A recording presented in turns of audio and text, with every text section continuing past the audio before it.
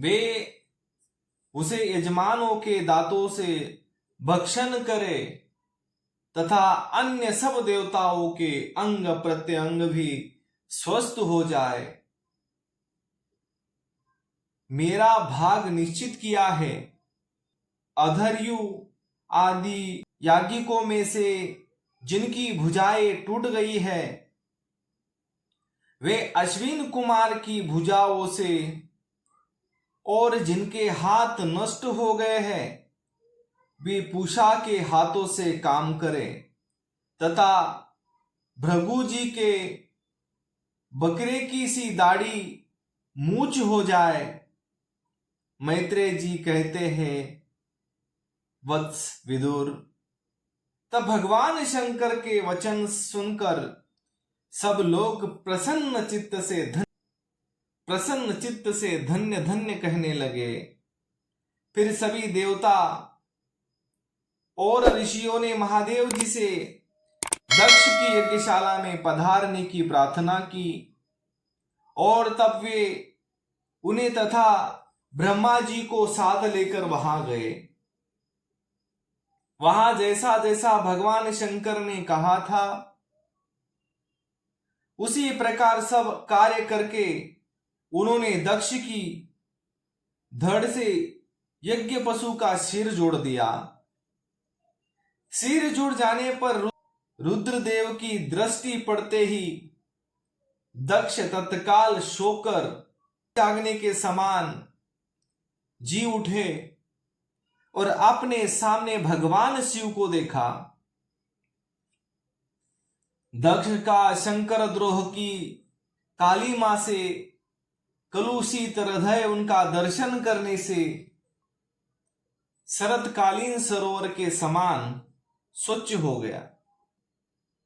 उन्होंने महादेव जी की स्तुति करनी चाही, किंतु अपनी मरी हुई बेटी सती का स्मरण हो आने से स्नेह और उत्कंठों के कारण उनके नेत्रों में आंसू भर आए।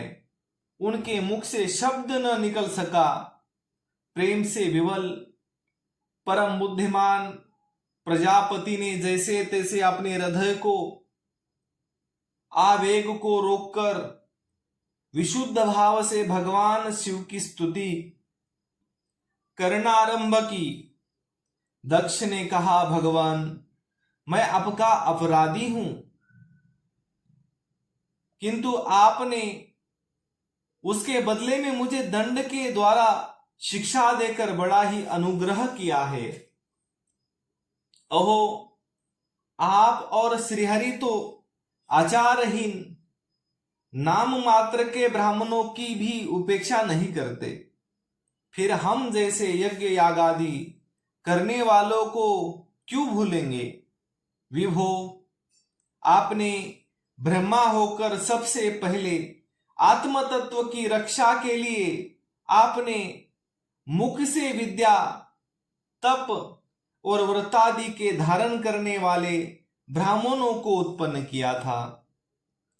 जैसे चरवाह लाठी लेकर गौ की रक्षा करते हैं, उसी प्रकार आप ब्राह्मणों की सब विपत्तियों से रक्षा करते हैं।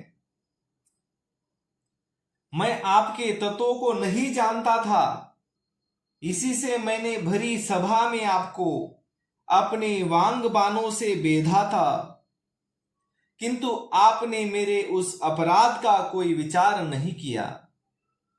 मैं तो आप जैसे पूज्यतम महानुभावों का अपराध करने के कारण नरकादि नीच लोकों में गिरने वाला था, परंतु आपने अपनी करुणा भरी दृष्टि से मुझे उबार लिया।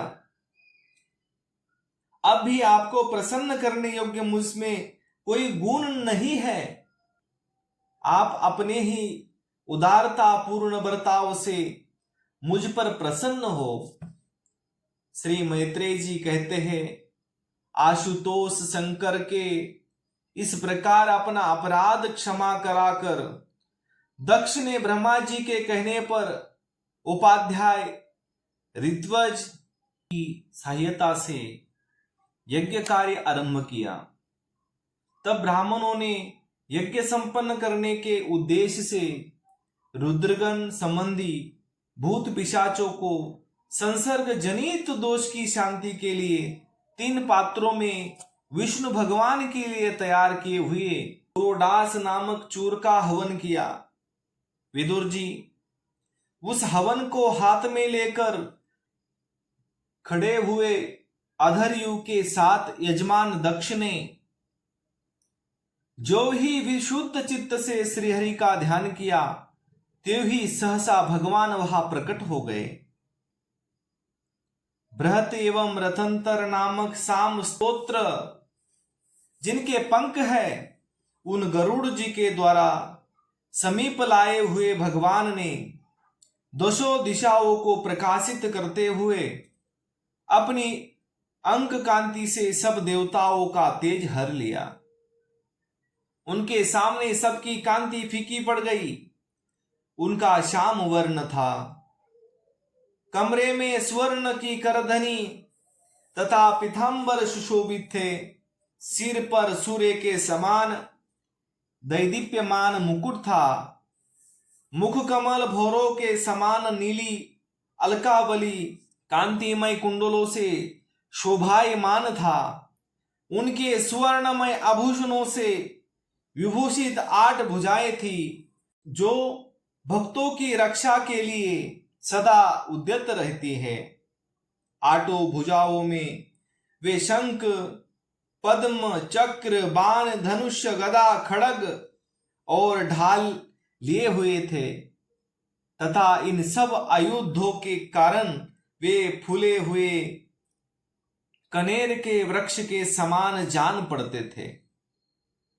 प्रभु के हृदय में श्रीवत्स का चिन्ह था और सुंदर वनमाला सुशोभित थी। वे अपने उदार हास्य और लीलामय कटाक्ष से सारे संसार को आनंद मग्न कर रहे थे।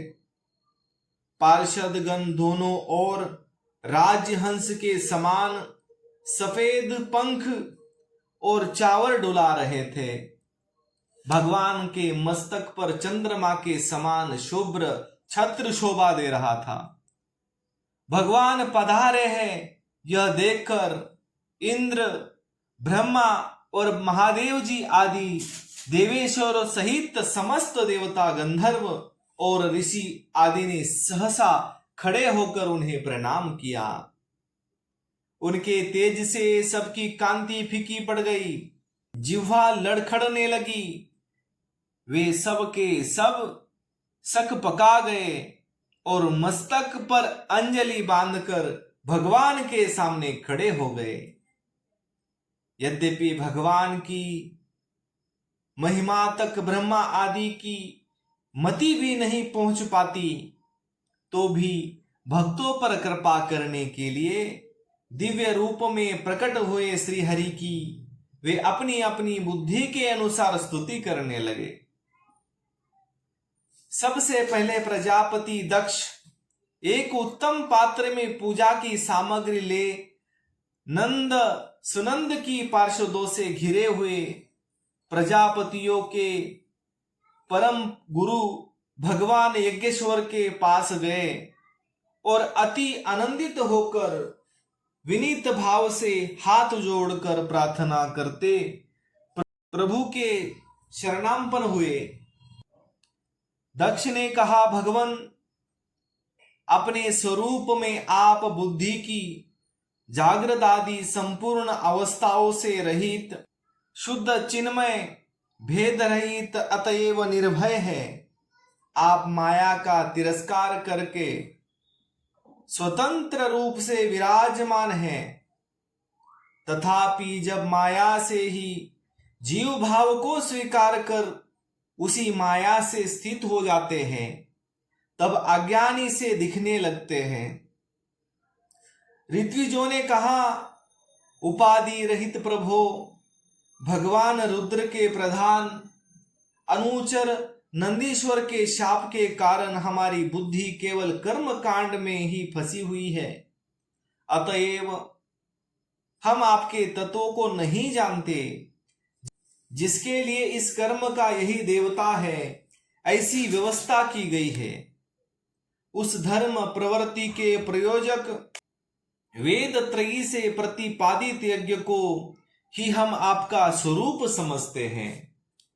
सदस्यों ने कहा, जीवों को आश्रय देने वाले प्रभु, जो अपने प्रकार के क्लेशों के कारण अत्यंत दुर्गम है, जिसमें काल रूप भयंकर सर्प ताक में बैठा हुआ है, द्वंद्व रूप अनेकों गढ़े हैं, दुर्जन रूप जंगली जीवों का भय है, शोक रूप दावानल धक रहा है। ऐसे विश्राम थल से रहित संसार मार्ग में जो अज्ञानी जीव कामनाओं से पीड़ित होकर विषय रूप मृग तृष्णा जल के लिए ही देह गेह का भारी बोझा सिर पर ले जा रहे हैं, वे भला आपके चरण कमलों की चरण में कब आने लगे? रुद्र ने कहा, वरदायक प्रभु, आपके उत्तम चरण इस संसार में सकाम पुरुषों को संपूर्ण पुरुषार्थ की प्राप्ति कराने वाले हैं, और जिन्हें किसी भी वस्तु की कामना नहीं है, वे निष्काम मुनि जन भी उनका आदर पूर्वक पूजन करते हैं। उनमें चित्त लगा रहने के कारण यदि अज्ञानी लोग मुझे आचरण भ्रष्ट कहते हैं तो कहें, आपके परम अनुग्रह से मैं उनके कहने सुनने का कोई विचार नहीं करता। भृगु जी ने कहा, आपकी गहन माया से आत्मज्ञान लुप्त हो जाने के कारण जो अज्ञान निद्रा में सोए हुए हैं, वे ब्रह्मादि देहधारी आत्मज्ञान में उपयोगी आपके तत्वों को अभी तक नहीं जान सके। ऐसे होने पर भी आपने शरणागत भक्तों के तो आत्मा और सुहृदय है, अतः आप मुझ पर प्रसन्न होइए। ब्रह्मा जी ने कहा, प्रभु, पृथक पृथक पदार्थों को जानने वाली इंद्रियों के द्वारा पुरुष जो कुछ देखता है वह आपका स्वरूप नहीं है, क्योंकि आप यज्ञ शब्दादि विषय और श्रोत्रादि इंद्रियों के अधिष्ठान हैं। ये सब आप में अध्यस्त है, अतएव आप इस मायामय प्रपंच से सर्वथा अलग है। इंद्र ने कहा, अच्युत, आपका यह जगत को प्रकाशित करने वाला रूप देवद्रोहितों का संहार करने वाली 8 भुजाओं से सुशोभित है, जिनमें आप सदा ही नाना प्रकार के आयुध धारण किए रहते हैं। यह रूप हमारे मन और नेत्रों को परम आनंद देने वाला है।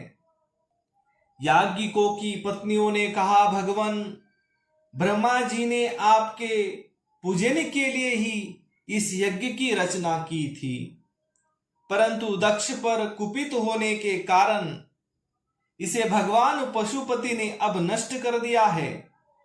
यज्ञ मूर्ते शमशान भूमि के समान उत्सवहीन हुए हमारे उस यज्ञ को आप नीलकमल की सी कांति वाले अपने नेत्रों से निहार कर पवित्र कीजिए। ऋषियों ने कहा, भगवान, आपकी लीला बड़ी अनोखी है,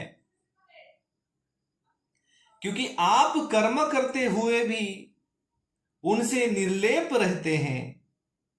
दूसरे लोग वैभव की भूख से जिन लक्ष्मी जी की उपासना करते हैं वे स्वयं आपकी सेवा में लगी रहती है, तो भी आप उनका मान नहीं करते, उनसे निष्प्रय रहते हैं। सिद्धों ने कहा, प्रभु, यह हमारा मन रूप हाथी नाना प्रकार के क्लेश रूप दावानल से दग्ध एवं अत्यंत दूषित होकर आपकी कथा रूप विशुद्ध अमृतमयी सरिता में घुसकर गोता लगाए बैठा है। वहां ब्रह्मानंद में लीन सा हो जाने के कारण उसे न तो संसार रूप दावानल का ही स्मरण है और न वह नदी से बाहर ही निकलता है। यजमान पत्नियों ने कहा, सर्व समर्थ परमेश्वर आपका स्वागत है। मैं आपको नमस्कार करती हूं। आप मुझ पर प्रसन्न होइए। लक्ष्मी पते, अपनी प्रिया लक्ष्मी जी के सहित आप हमारी रक्षा कीजिए यज्ञेश्वर। जिस प्रकार शरीर के बिना मनुष्य का धड़ अच्छा नहीं लगता, उसी प्रकार अन्य अंगों से पूर्ण होने पर भी आपके बिना यज्ञ की शोभा नहीं होती। लोकपालों ने कहा, अनंत परमात्मन आप समस्त अंतःकरणों के साक्षी है। यह सारा जगत आपके ही द्वारा देखा जाता है, तो क्या माइक पदार्थों को ग्रहण करने वाली हमारी इन नेत्र आदि इंद्रियों से कभी आप प्रत्यक्ष हो सके हैं? वस्तुतः आप है तो पंचभूतों से पृथक, फिर भी पांच भौतिक शरीरों के साथ जो आपका संबंध प्रतीत होता है, यह आपकी माया ही है। योगेश्वरों ने कहा, प्रभु, जो पुरुष संपूर्ण विश्व के आत्मा आपके और अपने में कोई भेद नहीं देखता, उसी से अधिक प्यारा आपको कोई नहीं है। तथापि भक्त वत्सल जो लोग आप में स्वामी भाव रखकर अनन्य भक्ति से आपकी सेवा करते हैं, उन पर भी आप कृपा कीजिए। जीवों के अदृष्टवश जिसके सत्वादि गुणों में बड़ी विभिन्नता आ जाती है, उस अपनी माया के द्वारा जगत की उत्पत्ति, स्थिति और प्रलय के लिए ब्रह्मादि विभिन्न रूप धारण करके आप भेद बुद्धि पैदा कर देते हैं, किंतु अपनी स्वरूप स्थिति से आप उस भेद ज्ञान और उसके कारण सत्वादि गुणों से सर्वथा दूर है। ऐसे आपको हमारा नमस्कार है। ब्रह्म स्वरूप वेद ने कहा, आप ही धर्मादि के उत्पत्ति के लिए शुद्ध तत्वों को स्वीकार करते हैं, साथ ही आप निर्गुण भी है। अतएव आपका तत्व न तो मैं जानता हूं और न ब्रह्मादि कोई और ही जानते हैं। आपको नमस्कार है। अग्निदेव ने कहा, भगवान, आपके ही तेज से प्रज्वलित होकर मैं श्रेष्ठ यज्ञों में देवताओं के पास घृत मिश्रित हवि पहुंचाता हूं। आप साक्षात यज्ञ पुरुष एवं यज्ञ की रक्षा करने वाले हैं। अग्निहोत्र, दर्श पूर्णिमास, चातुर्मास और पशु सोम, ये 5 प्रकार के यज्ञ आपके ही स्वरूप हैं। तथा आश्रावय, अस्तु, श्रो, षट, यजे ये यजामहे और वषट, इन 5 प्रकार के यजुर मंत्रों से आपका ही पूजन होता है। मैं आपको प्रणाम करता हूं। देवताओं ने कहा, देव, आप आदि पुरुष हैं।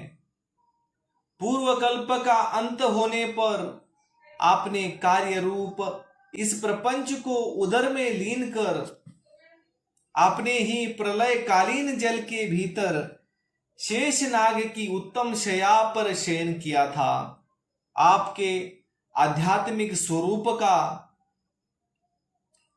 जनलोकादिवासी सिद्धगण भी आप अपने हृदय में चिंतन करते हैं। अहो, वही आप आज हमारे नेत्रों के विषय होकर अपने भक्तों की रक्षा कर रहे हैं। गंधर्वों ने कहा, देव, मरीचि आदि ऋषि और ये ब्रह्मा, इंद्र तथा रुद्रादि देवतागण आपके अंश के भी अंश है। महतत्व, यह संपूर्ण विश्व आपके खेल की सामग्री है। नाथ, ऐसे आपको हम सर्वदा प्रणाम करते हैं। विद्याधरों ने कहा, प्रभो, परम पुरुषार्थ की प्राप्ति के साधन रूप इस मानव देह को पाकर भी जीव आपकी माया से मोहित होकर इसमें मैं मेरेपन का अभिमान कर लेता है। फिर वह दुर्बुद्धि अपने आत्मियों से तिरस्कृत होने पर भी असत विषयों की ही लालसा करता रहता है। किंतु ऐसी अवस्था में भी जो आपके कथामृत का सेवन करता है, वह इस अंतःकरण के मोह को सर्वथा त्याग देता है।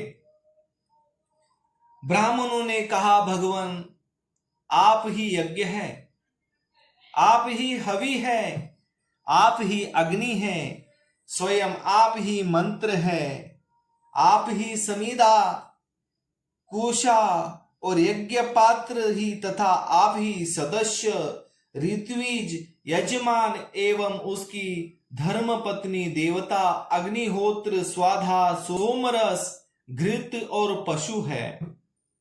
वेद मूर्ते, यज्ञ और उसका संकल्प दोनों आप ही है।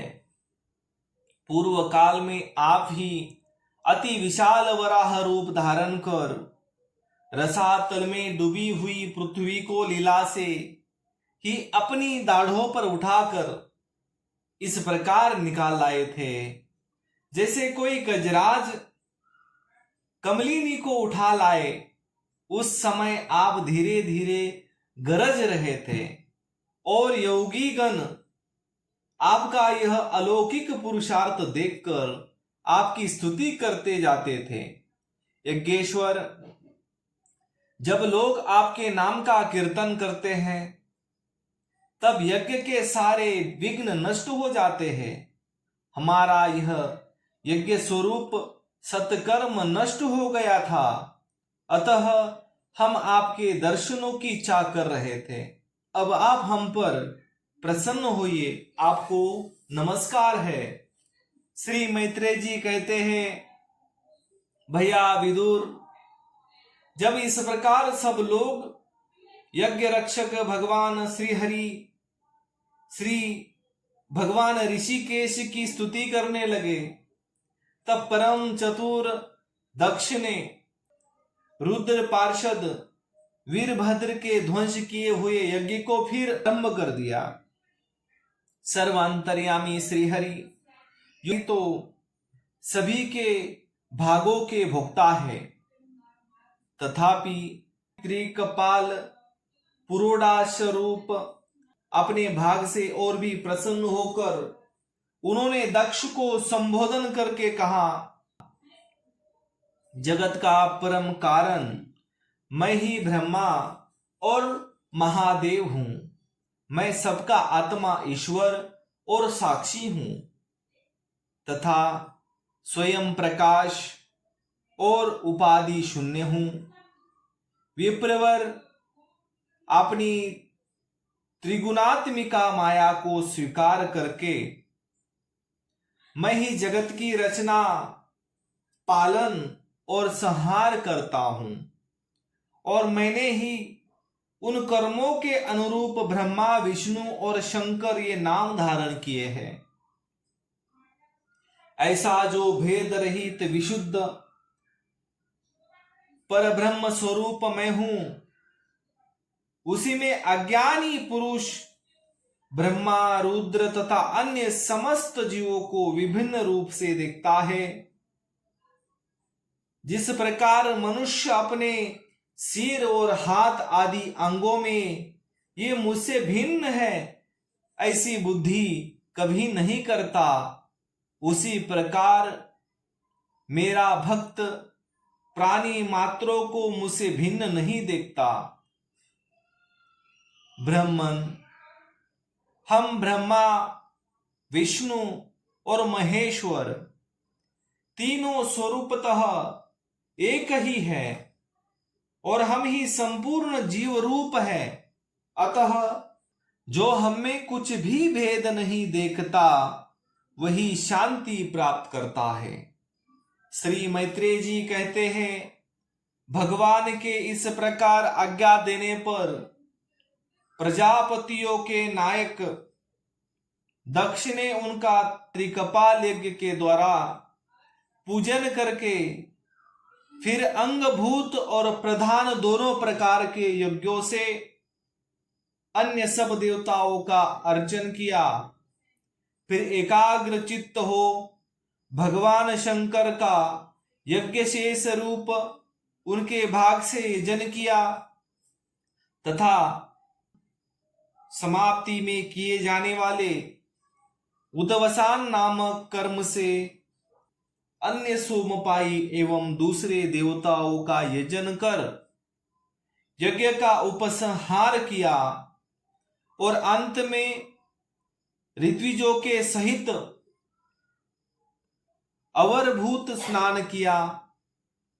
फिर जिन्हें अपने पुरुषार्थ से ही सब प्रकार की सिद्धियां प्राप्त थी, उन दक्ष प्रजापति को तुम्हारी सदा धर्म में बुद्धि रहे ऐसा आशीर्वाद देकर सब देवता स्वर्ग लोक को चले गए। विदुर जी ने कहा, सुना है कि दक्ष सुता सती जी ने इस प्रकार अपना पूर्व शरीर त्याग कर फिर हिमालय की पत्नी मेनका के गर्भ से जन्म लिया था। जिस प्रकार प्रलय काल में लीन हुई शक्ति सृष्टि के आरंभ में फिर ईश्वर का ही आश्रय लेती है, उसी प्रकार अनन्य परायण श्री अंबिका जी ने उस जन्म में भी अपने एकमात्र आश्रय और प्रियतम भगवान शंकर को ही वरण किया। विदुर जी, दक्ष यज्ञ का विध्वंस करने वाले भगवान शिव का यह चरित्र मैंने बृहस्पति जी के शिष्य परम भागवत उद्धव जी के मुख से सुना था। कुरुनंदन श्री महादेव जी का यह पावन चरित्र यश और आयु को बढ़ाने वाला तथा पाप पुंजों को नष्ट करने वाला है। जो पुरुष भक्ति भाव से इसका नित्य प्रति श्रवण और कीर्तन करता है, वह अपनी पाप राशि का नाश कर देता है। तो आज के लिए इतना ही। कर्पूर गौरम करुणावतारम संसार सारम भुजगेंद्रहारम सदा वसंतम हृदयारविंदे भवम भवानी सहितम नमामि। सियावर रामचंद्र की जय, पवन सूत हनुमान की जय, उमापति महादेव की जय।